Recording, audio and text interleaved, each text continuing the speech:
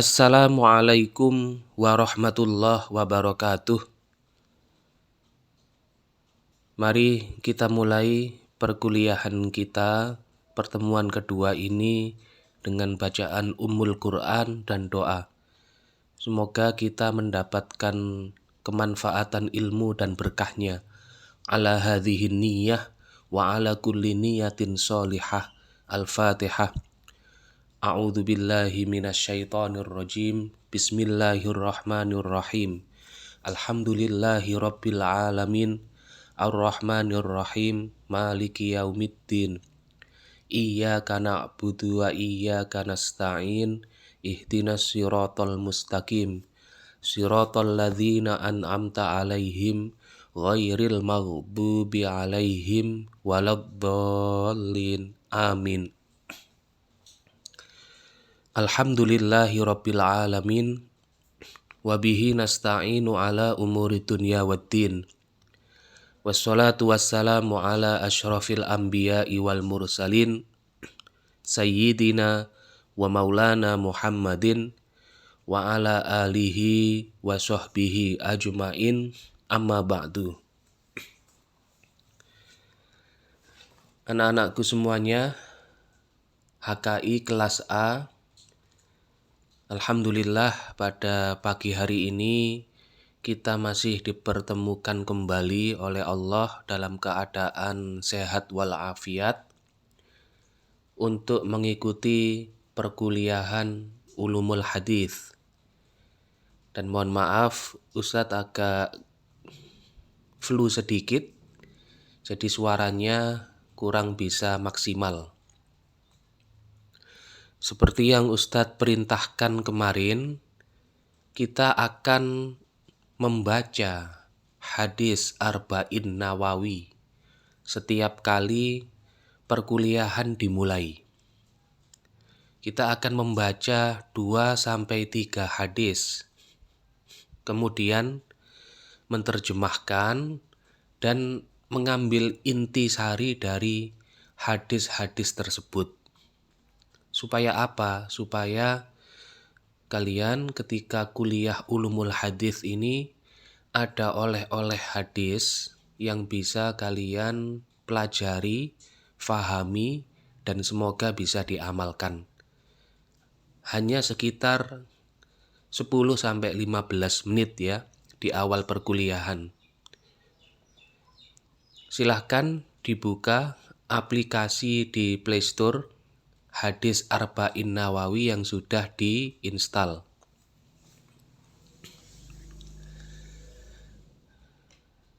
Nanti Ustadz bacakan 2-3 kata, kalian bersama-sama menirukan. Jadi bukan hanya mendengar saja, tapi harus dilafalkan hadis dan terjemahannya nanti ya.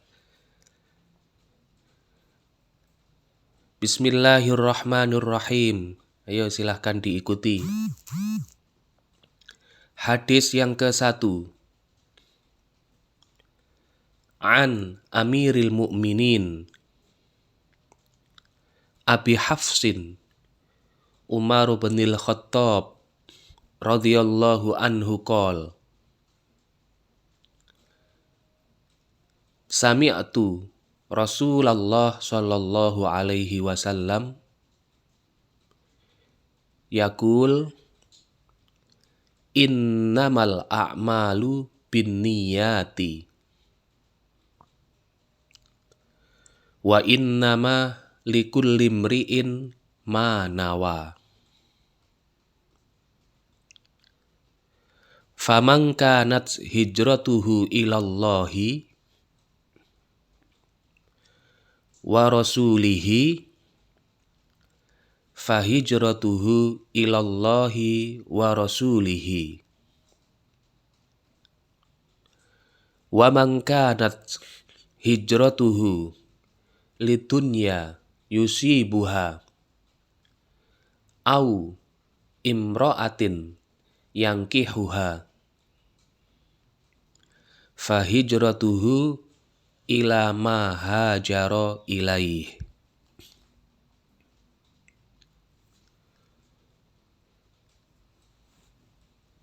dari Amirul Mukminin Abu Hafsin Umar bin Khattab radhiyallahu anhu. Dia berkata, saya mendengar Rasulullah Shallallahu alaihi wasallam bersabda, sesungguhnya setiap perbuatan tergantung niatnya, dan sesungguhnya setiap orang akan dibalas berdasarkan apa yang dia niatkan. Siapa yang hijrahnya karena ingin mendapatkan keridhaan Allah dan Rasul-Nya, maka hijrahnya kembali kepada keridhaan Allah dan Rasul-Nya. Dan siapa yang hijrahnya karena dunia yang dikehendakinya, atau karena wanita yang ingin dinikahinya, maka hijrahnya akan bernilai sebagaimana yang dia niatkan. Riwayat dua imam hadis, Abu Abdullah Muhammad bin Ismail bin Ibrahim bin Al-Mughirah bin Bardizbah Al-Bukhari dan Abu Al-Husain Muslim bin Al-Hajjaj bin Muslim Syairi An-Naisaburi, dan kedua kitab sahihnya yang merupakan kitab paling sahih yang pernah dikarang. Adapun pelajaran yang terdapat dalam hadis ini, yang pertama, niat merupakan syarat layak atau diterima tidaknya amal perbuatan, dan amal ibadah tidak akan mendatangkan pahala kecuali berdasarkan niat karena Allah Ta'ala. Yang kedua, waktu pelaksanaan niat dilakukan pada awal ibadah dan tempatnya di hati. Yang ketiga, ikhlas dan membebaskan niat semata-mata karena Allah dituntut pada semua amal solih dan ibadah.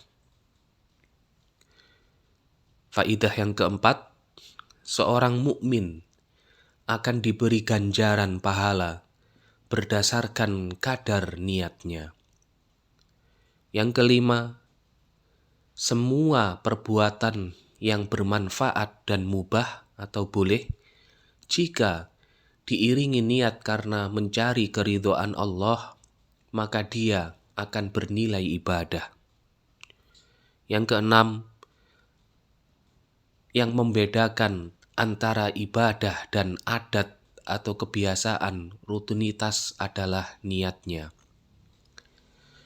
Ketujuh, hadis di atas menunjukkan bahwa niat merupakan bagian dari iman karena dia merupakan pekerjaan hati, dan iman menurut pemahaman ahlu sunnah wal jamaah adalah membenarkan dalam hati, diucapkan dengan lisan, dan diamalkan dengan perbuatan.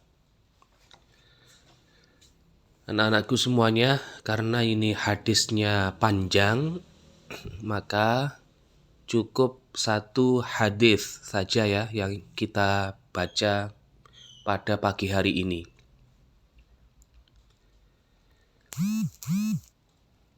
Selanjutnya, pertemuan kedua ini, topik bahasan kita adalah membahas tentang pengertian hukum Islam, sumber, ya itu satu poin, subtopiknya sumber, pembagian, dan tujuan. Pada perkuliahan pertemuan kedua kali ini, Ustadz ingin memberi kalian tugas individu. Kalian cari apa itu pengertian hukum Islam menurut ulama dan ahli. Karena tidak semudah itu kita mendeskripsikan hukum Islam itu apa sih. Mungkin kalian bisa mencari literasinya, boleh buku langsung, boleh juga silahkan ambil di internet. Tapi sertakan referensinya, ditulis di belakang nanti. Yang kalian comot, yang kalian ambil itu. Pengertian hukum Islam ada beberapa ahli yang mendefinisikan. Yang pertama, Abdul Ghani Abdullah. Yang kedua, Amir Syarifuddin. Yang ketiga, Eva Iryani. Yang keempat, kalian ambil dari para ahli atau pakar internasional. 1-3 itu kan hanya kawasan nasional. Yang keempat, saya inginkan kalian ambil satu ahli hukum yang itu dia sudah tarafnya internasional. Jelas ya? Jadi hukum Islam itu apa?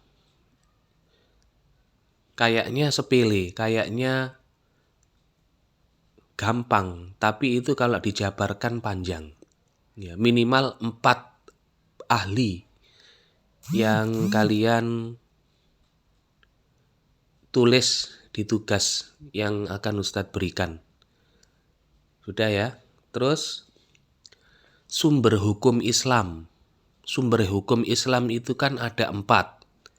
Al-Quran, hadis, ijma, qiyas. Al-Quran kalian jabarkan. Al-Quran itu apa? Ya, sertakan dengan dalil-dalilnya, baik hadis maupun teks Al-Quran itu sendiri yang menyatakan Al-Quran itu sumber hukum Islam. Yang kedua, hadis. Apakah ada yang menyatakan bahwasanya hadis Nabi itu menjadi sumber hukum Islam yang kedua atau pijakan hukum Islam yang kedua? Yang ketiga, ijma. Jelaskan ijma itu apa. Yang keempat, qiyas. Qiyas itu apa?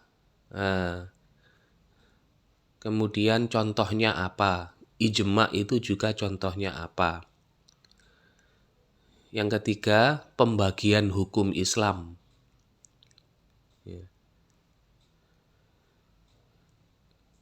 Ada wajib, sunnah, haram, makruh, dan mubah. Wajib itu apa? Wajib itu terbagi menjadi berapa? Sunnah itu apa? Jabarkan definisinya. Sunnah itu terbagi menjadi berapa? Haram. Haram itu apa di dalam Islam? Makruh. Apa itu makruh? Jelaskan. Mubah. Jelaskan juga. Semua itu mulai dari wajib, sunnah, haram, makruh, mubah. Sertakan dalil-dalilnya dan contoh-contohnya, sesuatu yang wajib, yang sunnah, yang haram, makruh, dan mubah. Kemudian yang terakhir, tujuan hukum Islam. Nah, itu tujuan hukum Islam itu apa saja? Kiranya itu yang bisa Ustadz sampaikan. Untuk tugas isai ini dikumpulkan maksimal besok jam 12 siang. Jadi mulai hari ini akan Ustadz buatkan Google Classroom. Jadi tugasnya biar terdokumentasi dengan baik dan dikumpulkan di Google Classroom. Kalian tulis tangan dulu, jadikan PDF, baru bisa dikirimkan ke Google Classroom.